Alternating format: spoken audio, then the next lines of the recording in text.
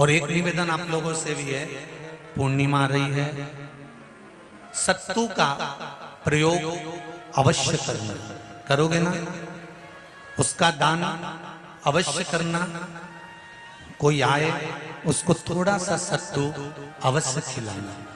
3 चीजें होती हैं सत्तू में, गेहूं, चने की दाल, जौ, इनको गलाया जाता है। रात भर गलाने के बाद इसको फिर सेका जाता है, सेक कर पिसाया जाता है, फिर उसका प्रयोग किया जाता है। महाराज चाहे फिर उसको घोल कर आप शक्कर के साथ, गुड़ के साथ, नमक के साथ, जीरे के साथ, पुदीना के साथ, जिसके साथ तुम्हें खाना है वो तुम्हारे ऊपर, पर दान करना सत्तू का जरूर है। एक चुटकी मात्र भी अगर सत्तू आपने दान किया है बैसाख महीने में, उसका फल जरूर मिलेगा, जरूर प्राप्त।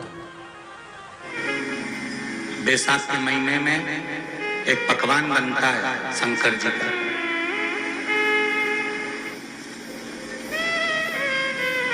शिव जी के हाथ में त्रिशूल है, शिव जी के 3 नेत्र हैं, बेलपत्री में भी 3, बोलते जाओ, पत्ती है। बैसाख के महीने में जो शंकर भगवान को प्रसाद का भोग लगता है उसमें भी 3 ही चीज मिलती है, सत्तू।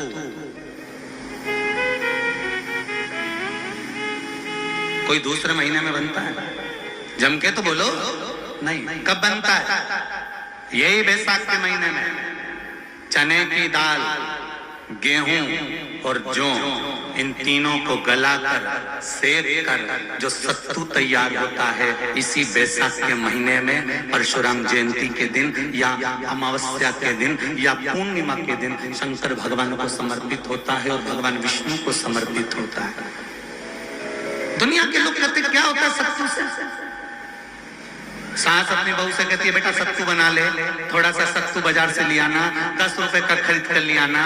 आज सत्तू, आज अपन पूजन करेंगे सत्तू की, अक्षय तृतीया है, थोड़ा सा पूज देंगे, थोड़ा सा भगवान को भोग लगा देंगे, सत्तू का लड्डू बना लेंगे। बोलो री जी, सही है कि गलत है? बाजार में भी सत्तू मिलता है, तो बच्चे कहते हैं, बहुएं कहती हैं कौन खाएगा, काय को ला रहे हो? सत्तू का क्या काम है? पर शिव महापुराण की कथा कहती है, स्कंद पुराण की कथा कहती है, जिस समय पर बैसाख के महीने की सुंदर अमावस्या का दिन था, उस दिन माता पार्वती शंकर भगवान के लिए जब पकवान बनाने के लिए बैठी, कुछ नहीं मिला, तब माता पार्वती ने 3 अनाज को लिया, एक चना, दूसरा गेहूं और तीसरा जो, इन तीनों को भींग रहे थे उसको लेकर आए गंगा जी में से, उसको सेक कर माता ने अंगीठी पर और उसका जो सत्तू बनाकर शिव को दिया। शंकर भगवान ने कह दिया, सुन पार्वती, ये सत्तू नहीं, ये मेरी औषधि है। बैसाख के महीने में जो खाएगा वो जिंदगी भर रोएगा नहीं, शरीर से स्वस्थ होगा। अब उसको लोगों ने हंसी खेल में ले लिया, सत्तू का क्या काम, मम्मी हम नहीं खाएंगे, बड़ा पूरा।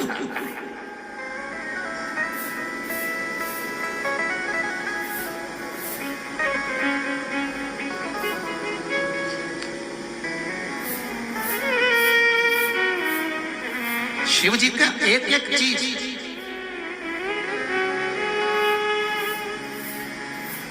बैसाख के महीने में पियो बेल। बेल मतलब समझ गए?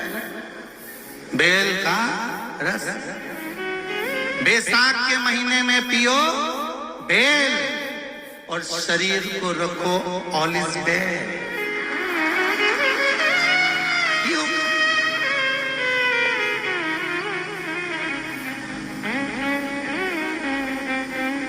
शरीर बेकार नहीं हो, शरीर बेकार नहीं हो सकता। अब शिव आराधना तो करो। हाँ, जिंदगी की मोड़ पर शंकर परीक्षा बहुत लेते हैं, बहुत परीक्षा। और बहुत ध्यान देना साहब, शिव महापुराण की कथा कहती है पूर्णिमा की रात्रि ठीक 12 बजे जिनके नयनों में नंबर बढ़ते चले जा रहे हो, चश्मा उतर नहीं रहा हो, दूर कहानी दिखे, कहीं किसी को पास कहानी दिखे, रहते हैं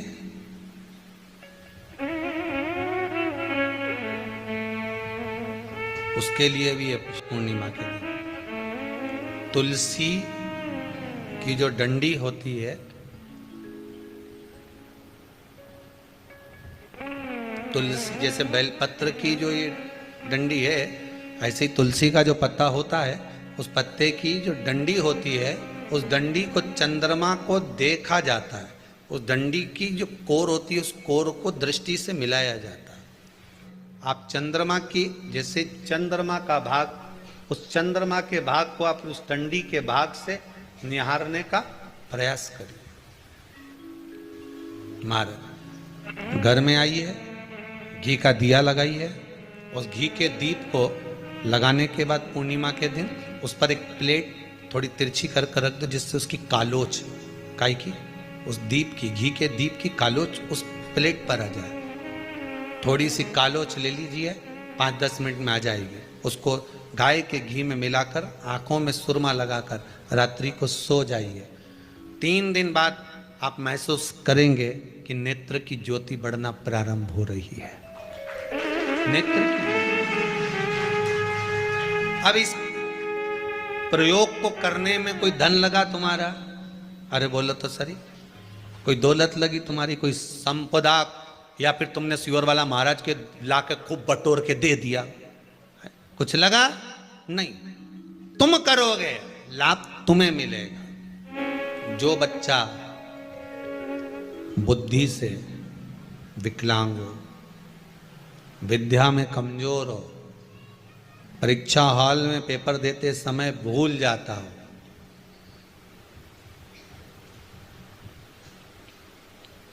विवेक काम ना करता हो, तो निवेदन है किसी भी पूर्णिमा की रात्रि को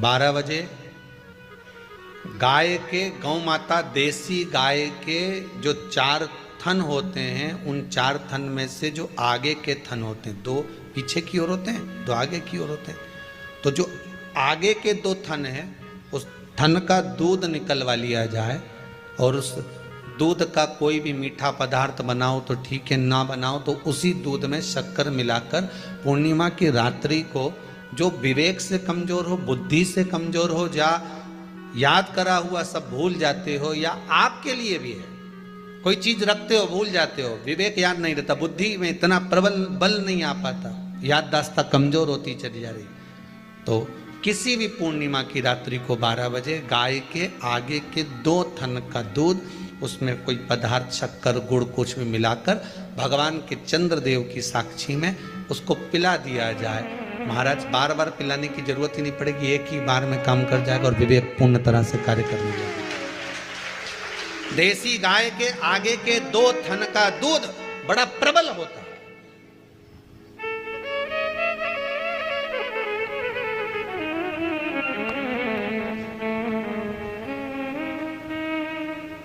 पूर्णिमा की रात्रि को 12 बजे उसका प्रयोग किया जाए। आप उस दूध को निकाल लो शाम के समय, रात्रि के समय ग्वाले से कहकर, जिसके यहाँ पर देसी गाय हो वहां निकलवा कर उसको रखा जाए, उसका पान करा जाए। महाराज रोग बीमारी में प्रबलता, तो मां यशोदा जी जग कल्याण के लिए पूछ रही है, संपूर्ण विश्व के कल्याण के लिए।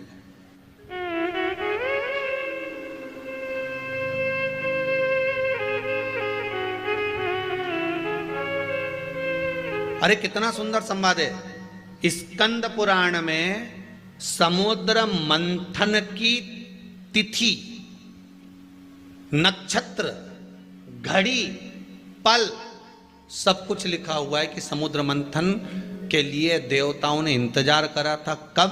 जब चंद्र का प्रभाव पूर्ण हो।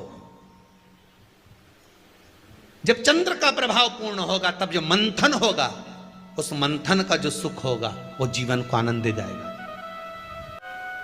जब देवता 33 कोटि देवता उस चंद्र के इंतजार में रहते हैं कि ये चंद्र प्रबल होगा, तब जाकर ये चंद्र यहां पहुंचेगा, तब जाकर हम मंथन करेंगे, तब जाकर वो अमृत मिलेगा, और उस अमृत को देवता धारण करेंगे तो वो आनंद पा जाएंगे। तो हम क्यों शरद पूर्णिमा छोड़ें, हम क्यों एक एक पूर्णिमा छोड़ें? एक एक पूर्णिमा के महत्व को जानिए। कोई पूर्णिमा साधारण नहीं है, कोई प्रदोष साधारण नहीं है, कोई शिवरात्रि साधारण नहीं है।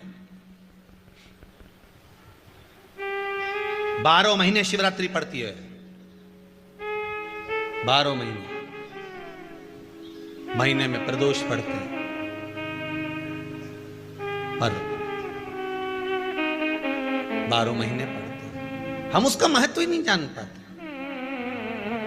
गाय अपने बछड़े को दूध पिलाएगी, बछड़े के मुंह पर जो फेन आएगा उसको कोई जीव जब शरीर के रोग में पड़ा होगा, किसी का शरीर अगर सफेद पड़ जाता है, कोई चमड़ी सफेद हो जाती है,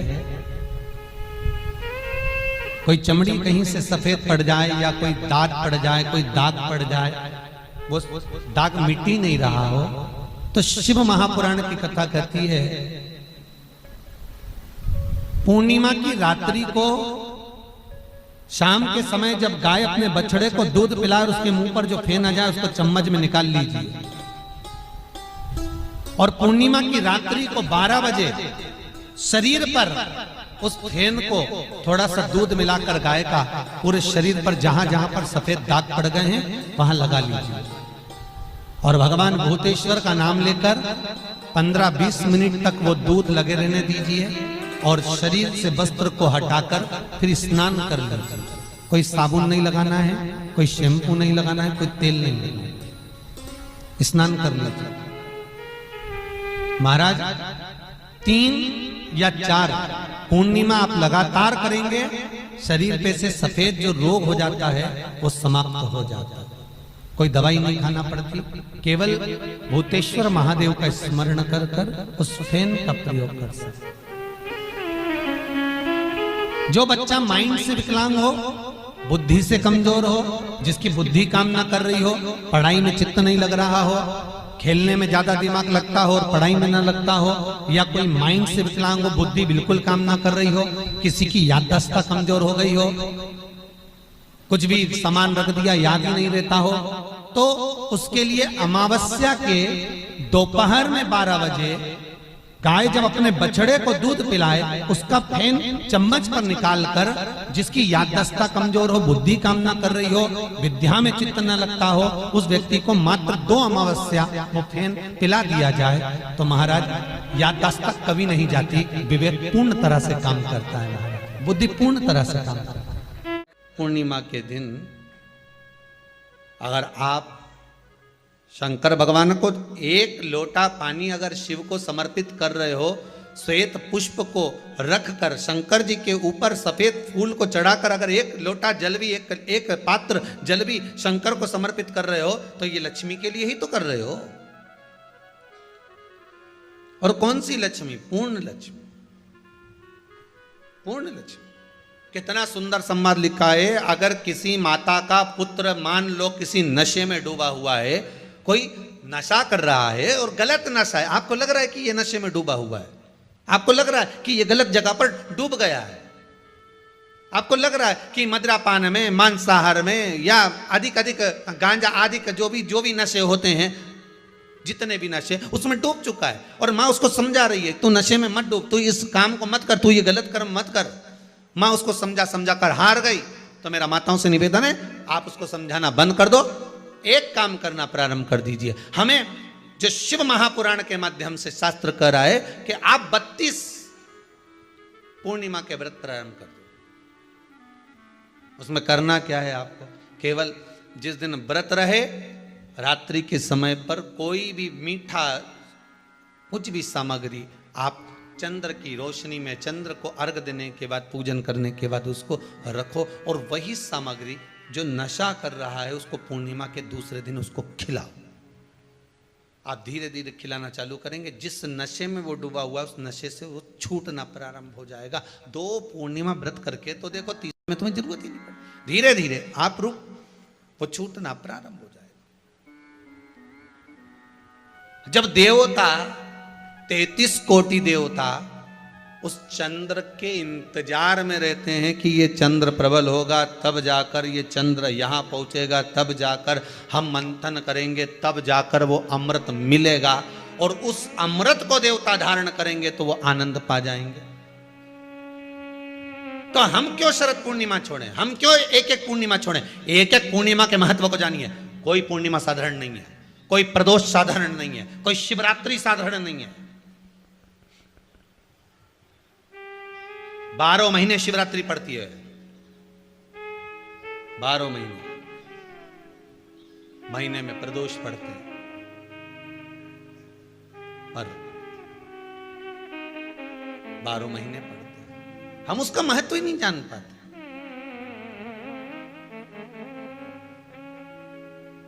कौन से प्रदोष पर क्या करना है, कौन सी पूर्णिमा को क्या धारण करना है, कौन सी शिवरात्रि पर। कई लोगों को तो यहां तक नहीं मालूम था कि भाई श्रावण के महीने में भी शिवरात्रि आती है। वो तो बस लोगों के कि शिवरात्रि का पूजन हुआ, तो उसका स्मरण क्यों छोड़े हम? अगर ये वेद और शास्त्र ब्राह्मणों को दिए गए हैं, ये वेद और शास्त्र विद्वज्जन को दिए गए हैं, तो इसका स्मरण होना चाहिए कि हम निकालकर जनमानस तक ये चीज पहुंचाएं कि हमें इस दिन ये पूजन करना है, उसका स्मरण होना चाहिए।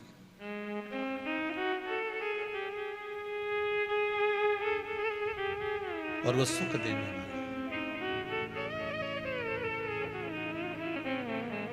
पूर्णिमा का व्रत अगर नारी 32 पूर्णिमा धारण कर लेती है तो वो नारी बेधव्य होकर नहीं जाती।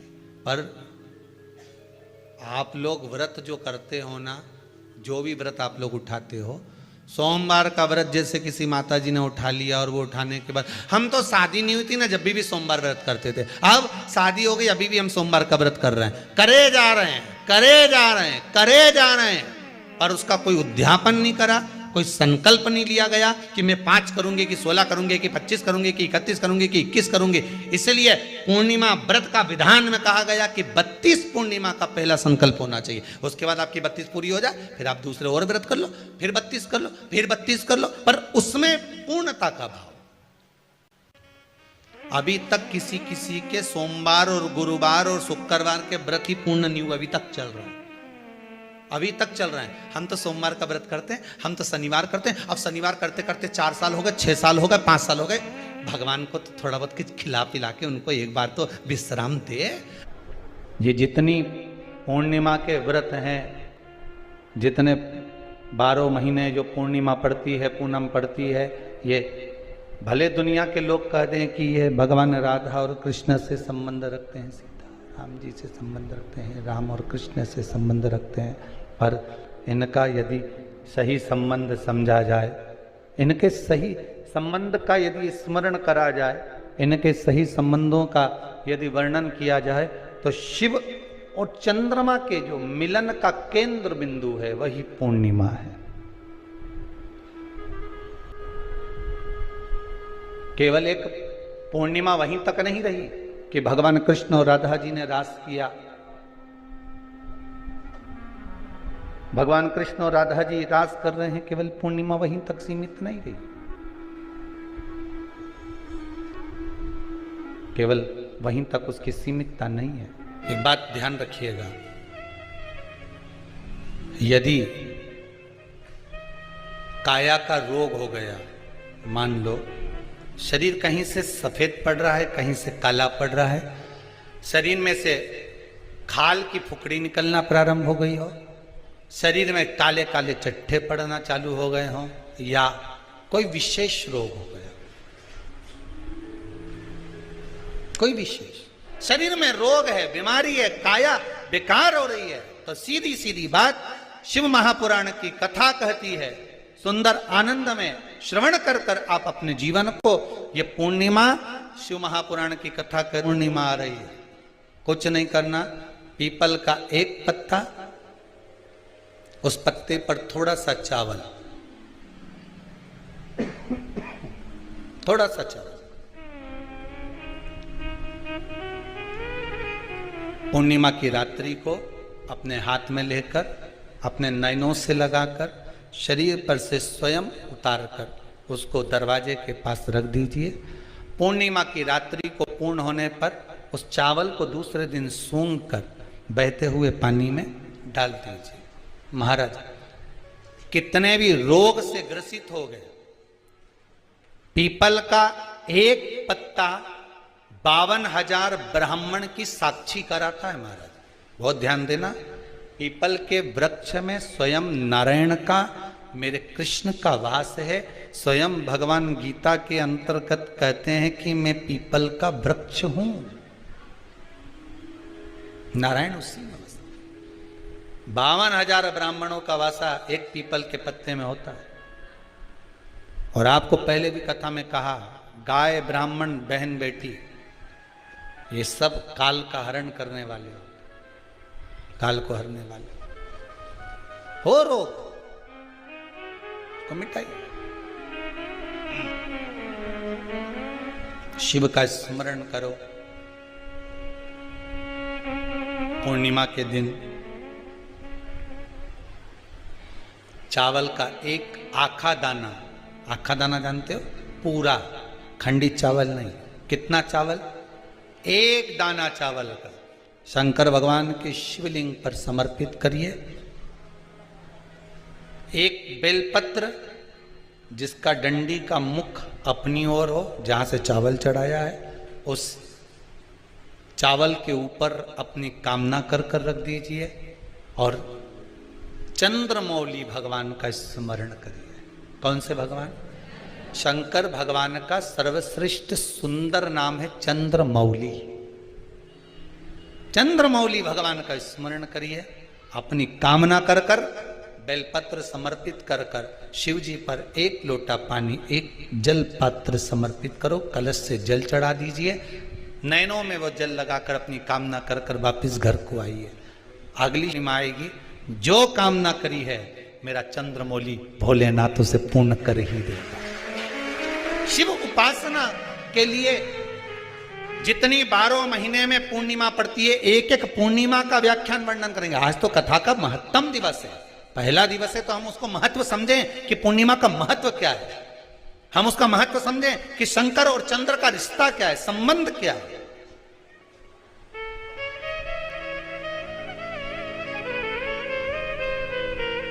भगवान ने जितनी पूर्णिमा बनाई है, जितने नक्षत्र बनाए, जितनी घड़ी बनाई, जितना पल बनाया, जितना समय बनाया, ये शंकर भगवान ने जो बनाया ये गलत नहीं बनाया, श्रेष्ठता के लिए बनाया, जग के उद्धार के लिए, संसार के उद्धार के लिए बनाया। अब उसका प्रयोग आप करें ना करें या आपके ऊपर है। आप उसका प्रयोग कर रहे हैं ना कर रहे हैं, ये आपके ऊपर, पर जो बनाया है मेरे भगवान,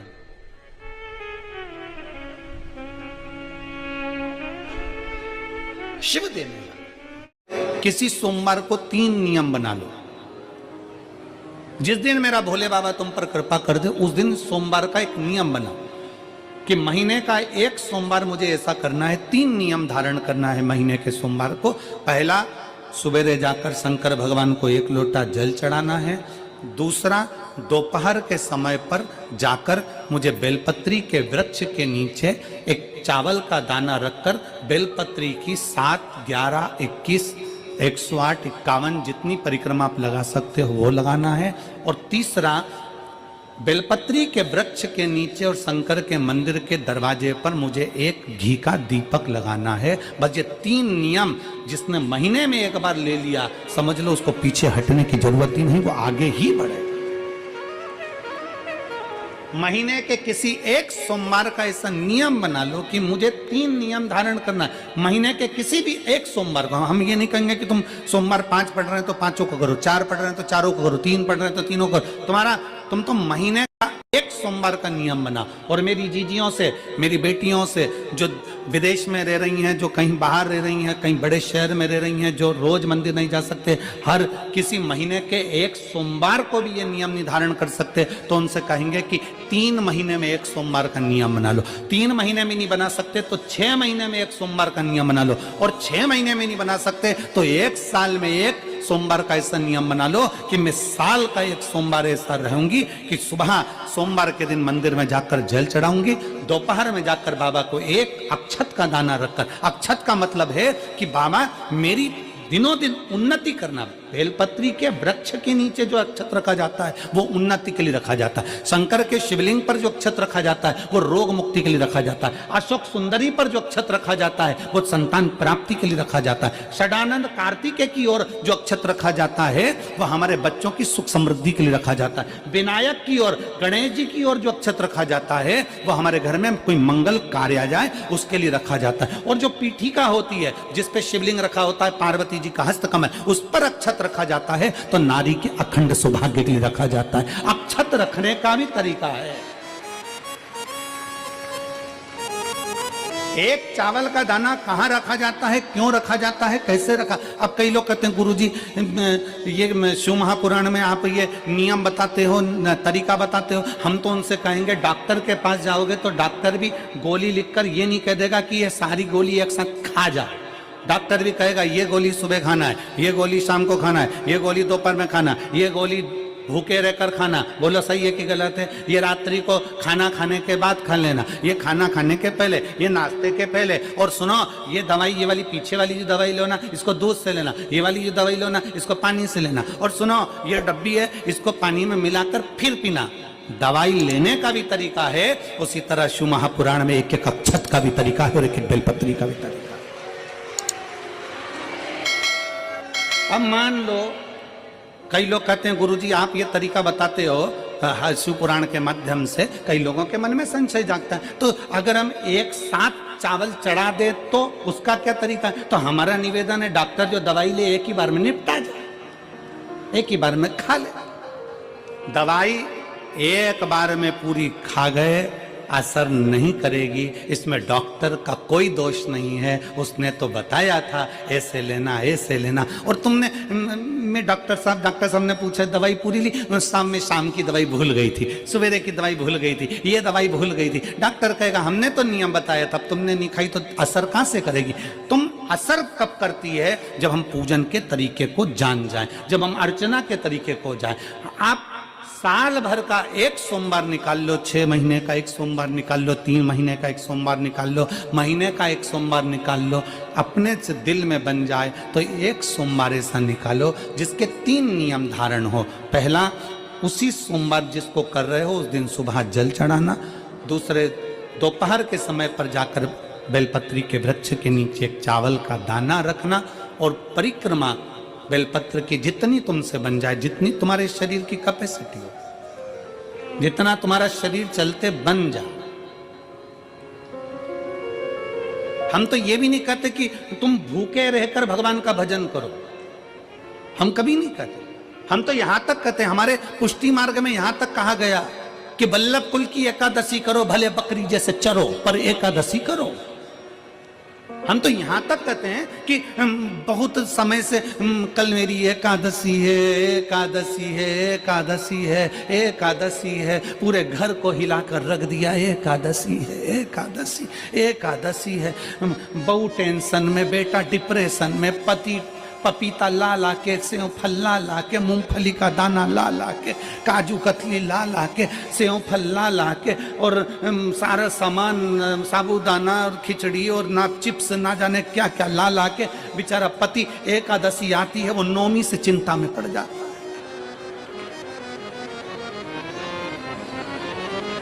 हम तो ये भी नहीं कहते कि तुम व्रत बहुत भारी करो, तुम व्रत उपास भी बहुत टेंशन वाला करो, ना ना ना।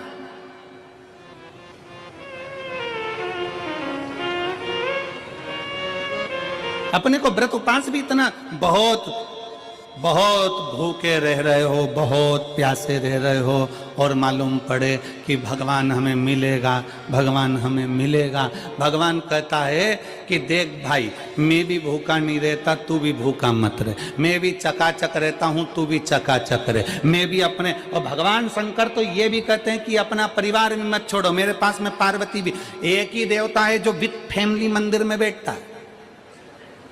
शंकर जी हैं तो पार्वती जी है, तो गणेश जी हैं, तो कार्तिकेय जी हैं, तो नंदी है, सब मंदिर के अंदर चाहिए। शंकर भगवान अपने पूरे परिवार के साथ। शंकर जी तो ये कहते हैं अकेले तुम क्यों रहते हो।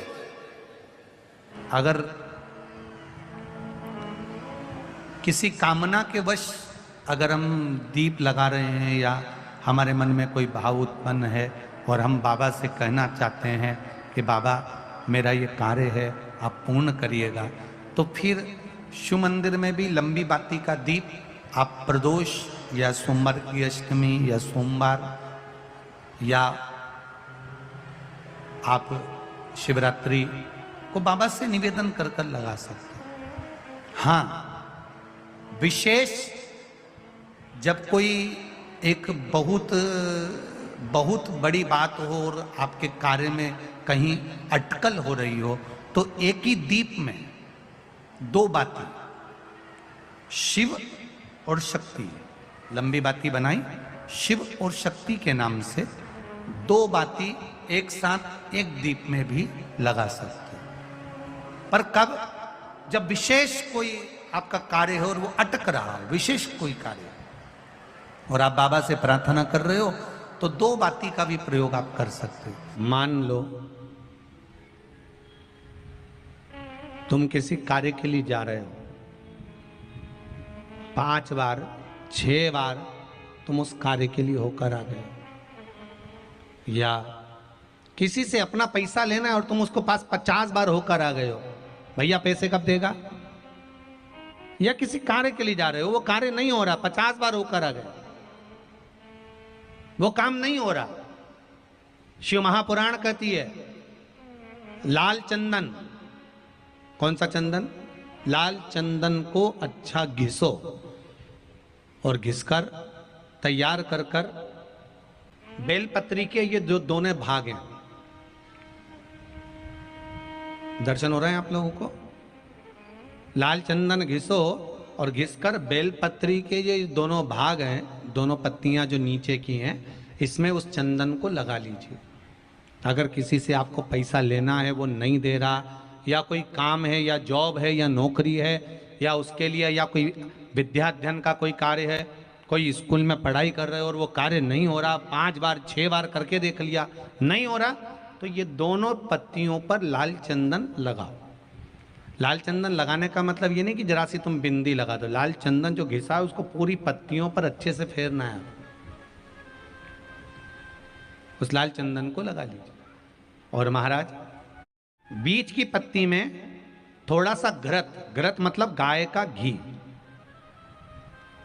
गौ माता के दूध से माखन से निर्मित उस घी को बीच की पत्ती में थोड़ा सा लगा लीजिए।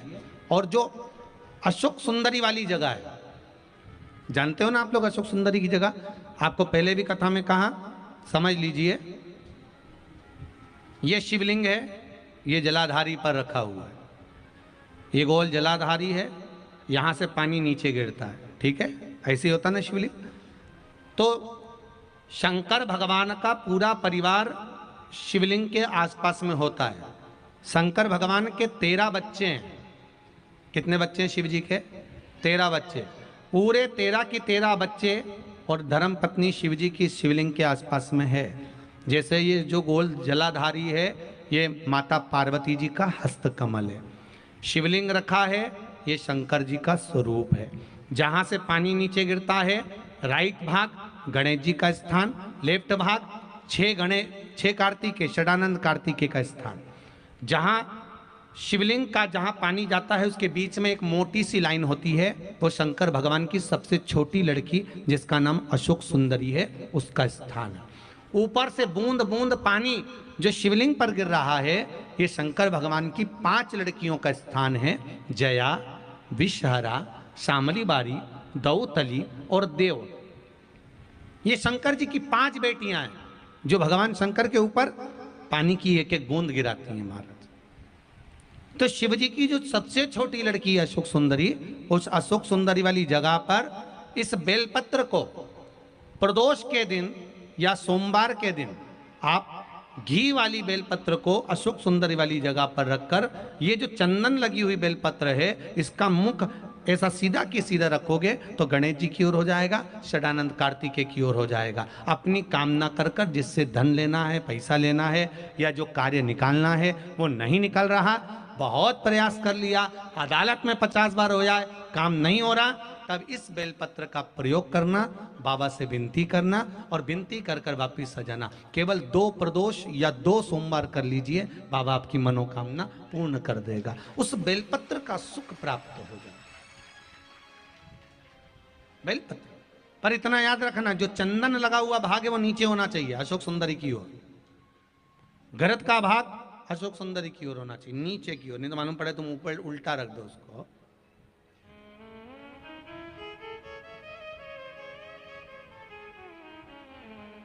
शिव स्मरण में यही चीज विवाह में भी कार्य आती है। जिन बेटा बेटी का विवाह नहीं हो रहा, 30-30 साल के हो गए, 28 साल, 40 साल, 25 साल के हो गए, विवाह नहीं हो रहा, तो आज बेलपत्री पर दोनों पत्तियों पर लाल चंदन लगाइए और बीच वाली पत्ती पर पीला चंदन लगाइए। जिसका विवाह नहीं हो रहा उस नीचे की दोनों पत्ती पर लाल चंदन और बीच वाली पत्ती पर पीला चंदन। महाराज, पीला चंदन लगाने के बाद में जो लाल चंदन है, उस लाल चंदन से 7 बिंदी पीले चंदन वाली पत्ती पर लगवा दीजिए। जिस लड़का लड़की का विवाह नहीं हो रहा उससे लाल चंदन की 7 बिंदी लगवा दीजिए और रगवाकर जहां पर अशोक सुंदरी का स्थान है वहां पर उस बेलपत्री को उसका नाम और गोत्र बोलकर, जिस व्यक्ति का विवाह नहीं हो रहा, नाम और गोत्र बोलकर आज रात्रि के समय पर या आज शाम के समय पर उस बेलपत्र को भगवान शंकर की अशोक सुंदरी की जगह पर चढ़ा दो और बाबा से विनती कर लो, बाबा मेरा मंगल विवाह हो, ऐसा निवेदन कर लो। 3 महीने के अंदर विवाह पक्का, भगवान विवाह पक्का करा ही दे। जिसका विवाह नहीं हो, शादी बेलपत्री का प्रयोग, बस दोनों में अंतर है घृत का और पीले चंदन का। 7 बिंदी लाल चंदन की जब पीला चंदन लग जाए, 7 बिंदी लाल चंदन की उससे लगवाओ जिसका विवाह करना है। जिसका विवाह नहीं हो रहा उससे लगवाइए, फिर भगवान को समर्पित कर दीजिए।